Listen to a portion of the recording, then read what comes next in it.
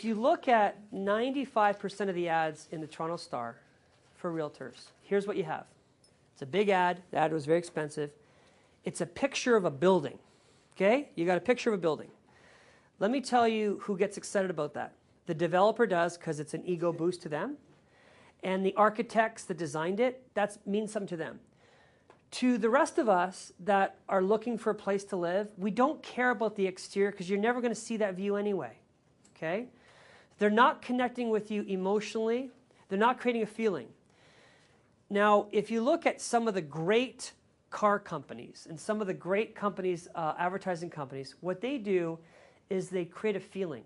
So if they're trying to sell you a convertible, what they'll do is they'll create an ad on one of the most beautiful drives in the world where you're driving the car, the top's down, the hair's blowing through, the wind is blowing through your hair, and it's a summer day, and you can almost feel that feeling. That's what sells you the convertible. It's not the 200 horsepower, it's not the suspension, it's not the wheels, it's the feeling. The reason you buy that convertible is how you think you're going to feel when you own it. And what I find in real estate is most people that are doing these ads miss the boat. Okay? Now, I'm not saying that the building renderings don't work. Okay? They will work. But what we found in testing and testing and testing over and over again is an ad that is much more about lifestyle will always outperform the building rendering or a floor plan. The worst ads I've ever seen tested are the floor plans. People can't, unless you're an architect, an engineer, unless you're in the business, you can't possibly imagine what that floor plan means to you. So stop doing it. So what you want to do is show interior shots of lifestyle. So the ultimate brand purchase of your life, the ultimate brand that you identify with you and who your identity is your real estate purchase. And guys like Coach have done a good job. Now, I like to use Coach's example. My mom, and Edward, you know my mom. She's a pretty basic woman, real, typical middle-class woman, doesn't spend a lot of money.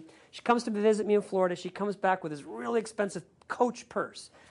My mom shops at Winners, and she's not a Coach kind of customer. But these guys have clearly done such a good job representing their brand, that purse that she could probably got for $10 with a different label.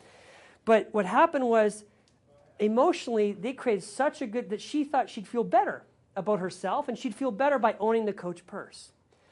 That's just an example of a purse. Real estate is the ultimate. There's cars. If you buy that BMW, Lexus, or Range Rover, how you think you're going to feel about yourself and how people will perceive you. But your real estate purchase is your ultimate brand experience. Just by showing the rendering, the floor plan, guys, is missing the boat. This is the ultimate branding. This is the ultimate experience. This tells people your status in life. Your ad needs to represent it. Who does a great job? Four Seasons. Who does a great job? Ritz-Carlton. Go look at any Four Seasons ad. Go look at any Ritz-Carlton ad. It's the beautiful couple on the beach or some romantic moment.